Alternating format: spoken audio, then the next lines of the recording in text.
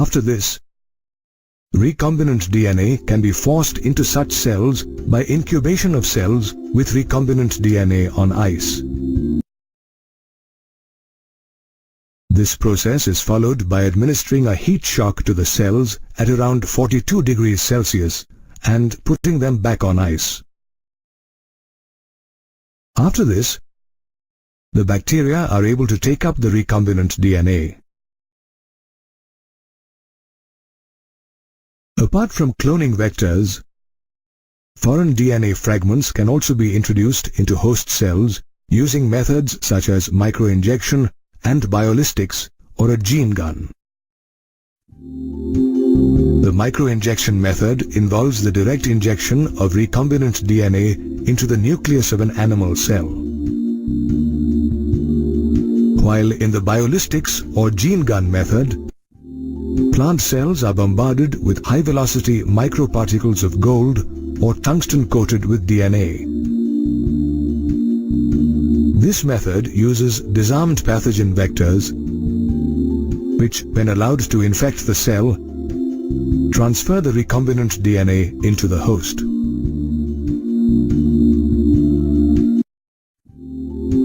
The use of cloning vectors and methods such as microinjection and biolistics are crucial in genetic engineering as they help create genes of human and scientific interest. Recombinant DNA technology has gained paramount importance in the 21st century. In times when agriculture is faced with challenges such as drought, diseased crops, and poor yield, this technology has a vital role to play in developing better crops.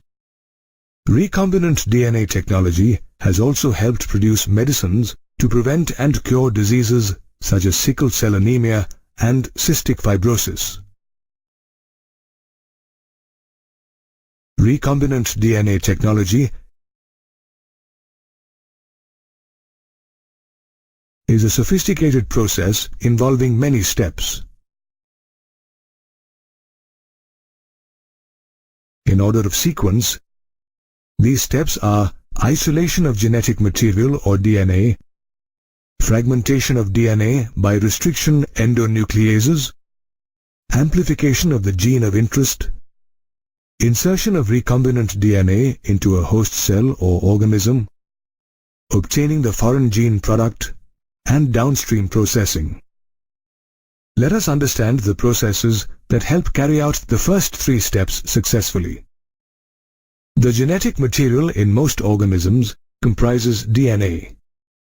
In recombinant DNA technology, the first step is to select and isolate the piece of DNA of interest to be inserted into a cloning vector. Then, this piece of DNA is cut using restriction enzymes. To cut with restriction enzymes, the DNA should be in a pure form. That is, it should be free of macromolecules. To obtain DNA, a sample of cells is generally blended or ground thoroughly. This helps separate the cells from each other. Now, in order to isolate DNA, enzymes such as lysozyme, cellulase, and chitinase are used to treat bacterial cells, plant cells, and fungal cells respectively. DNA is enclosed in the cell membranes along with macromolecules such as RNA lipids, polysaccharides, and proteins. Genes are located on long chains of DNA, which are intertwined with proteins such as histones. These proteins can be removed by treating them with protease, an enzyme used to break down proteins. On the other hand, RNA can be removed by treating it with ribonuclease. Similarly, other molecules can be removed using specific treatments. Finally, after the addition of chilled ethanol, DNA is isolated as a precipitate. This extracted DNA can be collected using a method called spooling. After isolation of DNA, in the next stage, restriction enzymes are used to cut the purified DNA molecules at specific locations.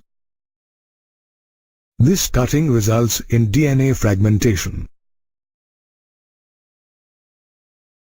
The fragmented DNA can be separated according to its molecular weight by using a technique known as gel electrophoresis. It is employed to check the progression of restriction enzyme digestion. Typically, the gels used in this process are prepared using agarose. DNA molecules are separated across a pan of gel motivated by an electrical current. Activated electrodes located at either end of the gel chamber produce an electric field. Since DNA is a negatively charged molecule, due to the presence of phosphate groups, it moves towards the positive pole. The separation of fragments occurs according to each fragment's properties, which determine how fast the electric field can move the molecules across the gel.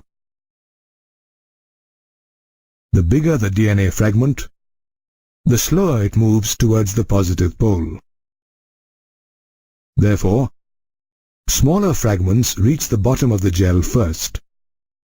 The separated DNA fragments on the gel can be seen only after staining the DNA with ethidium bromide. Now, the separated DNA bands are cut from the agarose gel and extracted from the gel piece. This step is called cution or elution. Stained agarose gel with DNA fragments can be seen under the UV light chamber. Later, the cutout piece of the source DNA or the foreign DNA fragment and the cut plasmid DNA are joined with the help of enzyme DNA ligase. Scientists need a significant number of DNA samples for molecular and genetic studies. Therefore, the next step is the amplification of the gene of interest. The extracted DNA sample can be amplified or used to make multiple copies by using a technique known as polymerase chain reaction or PCR. The PCR technique was developed by Carrie B. Mullis, who was awarded the Nobel Prize for Chemistry in 1993. PCR has 3 steps: denaturation, primer annealing, and extension of primers. In the first step, the isolated or extracted target DNA segment to be amplified is heated to 95 degrees centigrade for denaturation. This leads to the separation of 2 single strands. In the second step, the solution is cooled to around 55 degrees centigrade in the presence of oligonucleotide primers that are complementary to DNA regions. Now, 2 oligonucleotide primers anneal or hybridize to each single-stranded template DNA. Annealing sequences are located at the prime ends of 2 strands of the desired segment.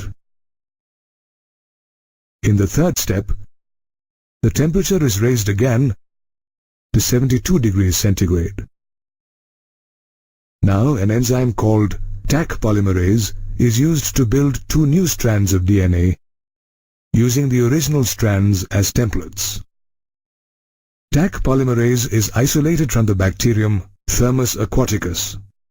It helps extend primers towards each other so that the DNA segment lying between 2 primers is copied. Later, each of these strands can be used to create 2 new copies every time. The cycle of denaturing and synthesizing of DNA is repeated 30 to 40 times to get 30 to 40 billion copies of the original DNA. The PCR is an automated technique which can be completed in just a few hours. It is executed by a machine called a thermocycler, which is programmed to alter the temperature of the reaction every few minutes to allow DNA denaturing and synthesis. These first three steps, isolation of DNA, fragmentation by restriction endonuclease, and amplification of gene of interest, are important steps in recombinant DNA technology that are carried out using specific techniques. Recombinant DNA technology is an important tool in understanding the structure, function, and regulation of genes and their products. It is a complex step-by-step process. The first few steps in DNA recombinant technology involve the isolation of the genetic material, fragmentation of DNA by restriction endonucleases, and amplification of a gene of interest. Once the foreign DNA has been extracted, the next steps are insertion of recombinant DNA into the host cell or organism, obtaining the foreign gene product, and downstream processing. Let's understand the techniques used to carry out the last three steps. Insertion of recombinant DNA into the host cell is one of the most challenging steps, as first the bacterial cell has to be made competent to receive the DNA. If we consider the insertion of a recombinant DNA-bearing gene for ampicillin into the host cell E. coli, the host cells will become ampicillin resistant. Thereafter, when the host cells are spread on agar plates containing ampicillin, only the transformants will grow. On the other hand, non-transformant recipient cells will die. In this case, the ampicillin-resistant gene acts as a selectable marker since it identifies and eliminates non-transformants and permits the growth of transformants. Let us now understand how to obtain a target protein from a foreign gene of recombinant DNA. If any protein encoding gene is expressed in many hosts such as plant cells, bacterial cells, and fungal cells, it is called a recombinant protein. Cultures such as an ampicillin medium may be used to extract the desired protein. Then this protein can be purified by using different separation techniques such as nitrocellulose filter and autoradiography. After the purification process, the cells storing cloned genes of interest may be grown on a small scale in the laboratory.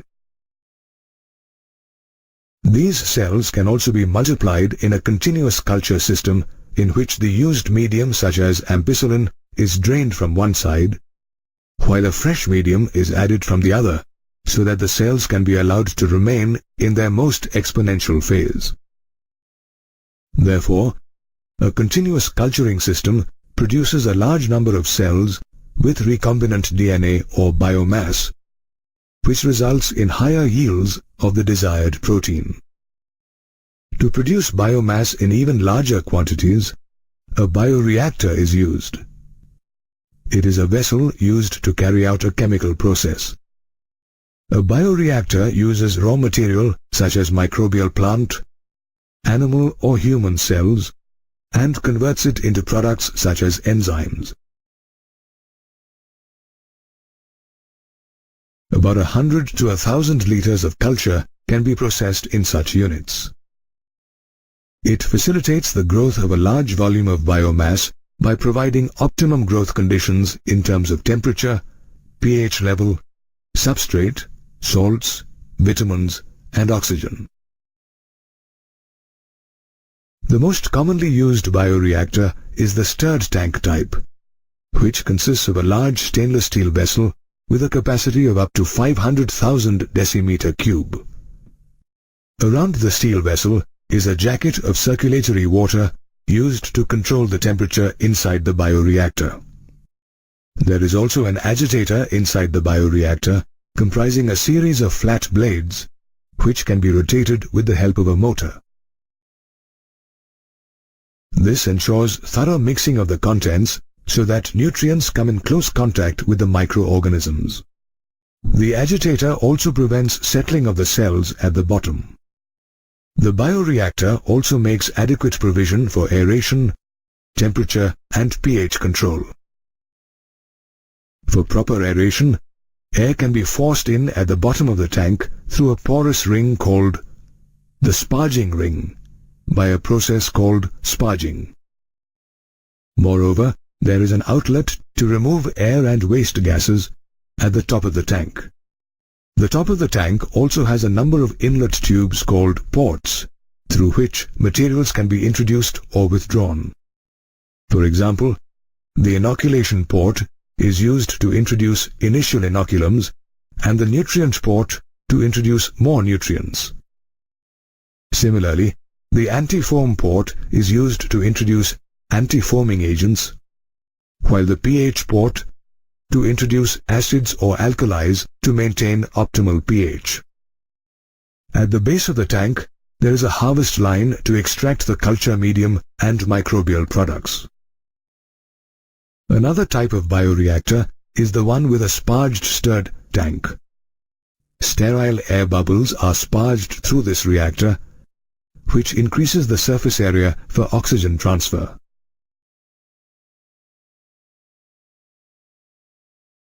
Once the biomass has been obtained from the bioreactor, the final step in the recombinant DNA technology is downstream processing. It refers to the recovery and purification of biosynthetic products such as pharmaceuticals before they are brought to the market as finished products. In downstream processing, pharmaceutical products such as antibiotics and hormones are formulated with suitable preservatives. Thereafter, these products are also subjected to clinical trials and quality testing. By aiding in the development of these new medicines and vaccines, recombinant DNA technology has revolutionized medical science and opened new vistas of research.